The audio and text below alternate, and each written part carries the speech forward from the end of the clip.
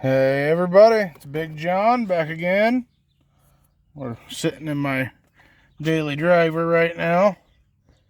I just stopped to grab my phone so I could record this and get a smoke. And our new girl thinks that she needs to go for a ride. Meet Maggie. She's our new Border Collie mix. Border Collie Poodle mix. Come on, get out of the truck. Come on, Maggie, get out of the truck. Alright, well, and we got Peanut over there. I'm supposed to be babysitting him for my sister-in-law, but I'm pretty sure he's just going to be an addition to the family. The wife's gotten kind of attached to him. They're both about 2 years old. And this one's just a bundle of energy right there. Come here, Maggie. Maggie. Come on.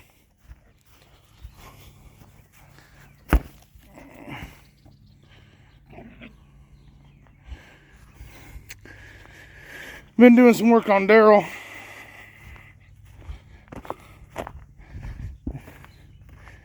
Got him on his new shoes, his new kicks.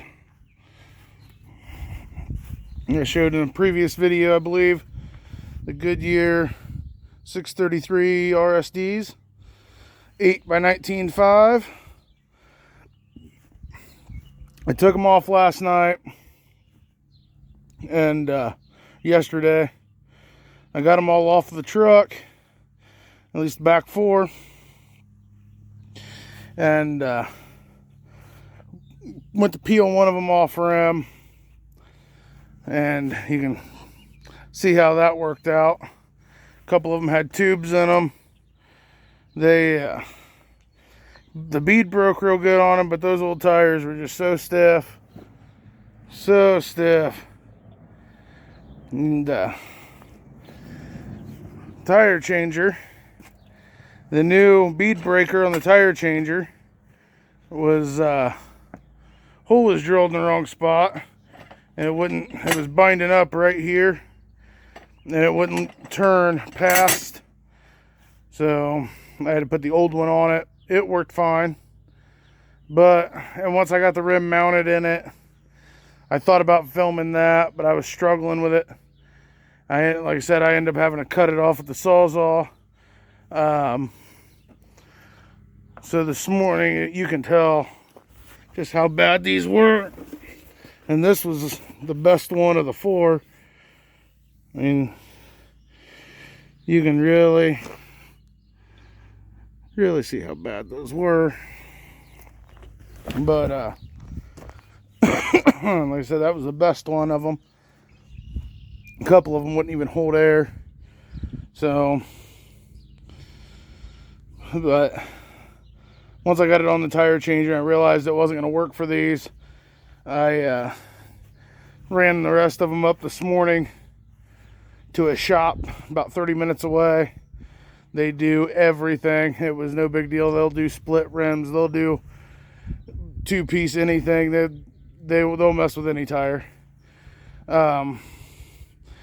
They do everything from lawn mowers to big tractors, ag stuff, semis, whatever. I actually had to take these back to their semi department where we take. It's the same shop we use for the state highway for our dump trucks and our pickups. And I had to take it back to the same building that we take our dump trucks to and have them do it. But I literally just dropped him off the jack stands and picked up all the tools. So in a future video, I'll let you know how he rides. I'm sure it's going to be better. Haven't got much work done in here lately. We've had some rain come in the last couple weeks. A couple of different rainstorms come in. And when it rains real bad this time of year, this whole floor just fills up with water because of the busted concrete. So really haven't been, it's finally dried out in here to where I can work. And plus I've been babysitting those two kids. So quite a bit here lately, last couple weeks. On this, the doghouse is loose. So we got the radiator, pretty much anything that bolts up here out. Because I'm going to need those other radiator supports and stuff when I go to put this engine in Darrell. And the V8 radiator and all that. The whole doghouse is loose. So it's all loose. I just got to get in and cut the front mounts where the core support mounts down to the frame. I got to get in there with the Sawzall, cut those, and just rip the doghouse off. There's nothing up here worth saving. It's all rusty and bent from the hit it took over in that corner. And the inner fenders and everything's all rotten. So I did save one panel that bolts up in here, cover plate, that was okay. But I got the doors stripped out. This door completely stripped out. The handles and latches all off of them. The windows out. All the glass out. The wing windows. All that's out. Regulators. I gotta strip that one. Finish stripping that door. But I gotta get that door open because it shut on me the other day and the latch is already out. So I do want to take this wheel out because that wheel's nicer shape than his eventually. But I got the seat out. I got the gas tank out. I need to clean all that trash out of there. And actually the gas tank is like immaculate shape. There's not any kind of, the only rust on it is a little bit of surface, like right in there where the strap's laid.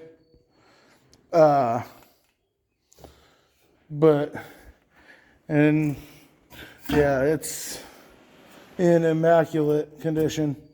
The sending unit looks good, like brand new. That all looks like new. So this thing's probably going to go in Darrell to get rid of the one that's on his bed, the square body tank. It's on his bed.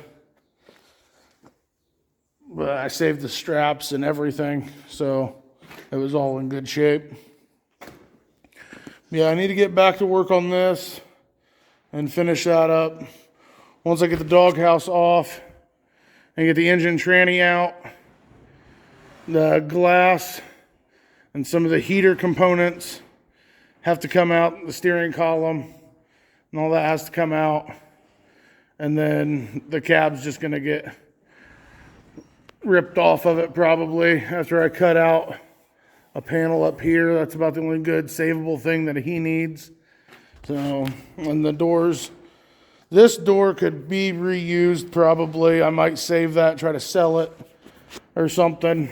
That one, but the other one's kinked right in here. And the whole top half where the window is kind of laid out, so when it's shut, you can shove your finger up in a gap here. But then I'm going to save on these 16-inch 8-lug wheels. Might end up someday putting tires on them as a second set for Darrell, because I don't know if I'm ever going to be able to find another 8-lug 19.5 7-inch dually wheel. Those 6 might be the only 6 I've ever find. So if I ever have issues with tires on him again, I might end up just having to swap out to these 16s. I don't really want to, but it's good to have as backups. The other things we've got going on out here, just doing kind of an update video here. Other things we've got going on is the driveway is going to get redone. I got a guy that's going to come in and rip all this up, turn it all up. He's got a driveway maintainer on his kind of a machine on a Bobcat, and he's going to come in and tear all this up and kind of open up the driveway again, and then put new gravel in on top, fill it in. So that's getting ready to happen. That driveway, a lot of it just looks like yard. Like all that grass there should be stone. That should be stone out to about there, and all along up to there. And then the driveway coming back here is all grown up with grass, and up around the house it's just grown up in the middle. There's drive tracks that are gravel, but it's grass in the center and holes everywhere up there from driving on it all the time. And then the other day, I know I don't usually show this part of the yard too much in the house, but this power line that goes from this pole out here to that pole out there up by the house, that pole was broke down at the bottom, broke off at the bottom and laid over, and this line was hanging real low. You couldn't hardly drive under it or mow under it.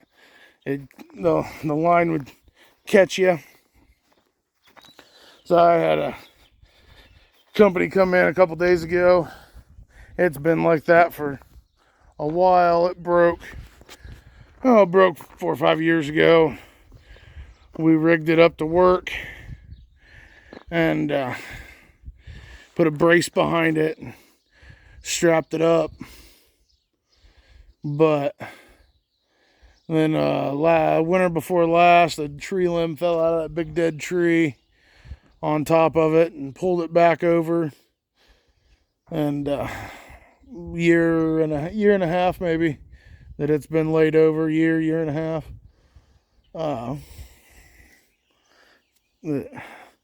The lot line's been hanging low.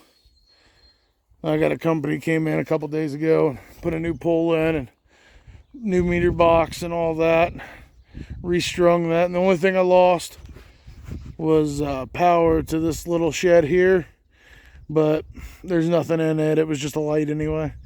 That's just excess storage of junk. So the building's in bad shape. It's falling apart. So I didn't think that was too big a deal. So I might actually get rid of this pole here, because that's all it did was hold the wire coming down to that building. So we might get rid of that one of these days. So that's my update for now. Well, I had a guy ask me for a cold start video a while back, and I don't have the truck that I did the cold start video on. Out of the C10, I don't have it anymore, but we can do one on Daryl if I make sure he's out of gear. And then reach down here to what should be a throttle pedal, because it doesn't have a throttle pedal. Give her about 3 pumps and yep,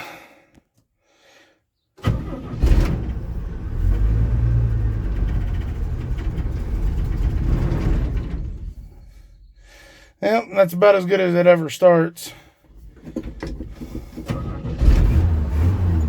You got to kind of play with the throttle on it. Carburetor works good. I wouldn't say it needs rebuilt so much, but it doesn't have a idle set screw for the RPM, to set the RPM at idle. The screw is completely missing out of the carburetor, so it just goes as low RPMs as it can at an idle. And so you just kind of got to keep it running for a second and then give it just enough to keep it going and put it where it should idle. And it would help if I had gauges in here. I do plan on putting a tack in and maybe an oil pressure, alternator gauge, temperature gauge. I'm down in here somewhere because I'm not a real big fan of the idiot lights. And the new fuel tank should get the fuel gauge working, and need a speedo cable for the speedometer. But I'm not a big fan of just having the idiot lights here, and for the temperature gauge and the alternator and the oil pressure. I'm not a huge fan of that, so I'll leave those hooked up, but I may put a 3-pack of gauges down here. I'm not a huge fan of those either, but I like those better than just having the idiot lights. But now that I played with it for a second, should be good to go. Should idle. Thanks for watching.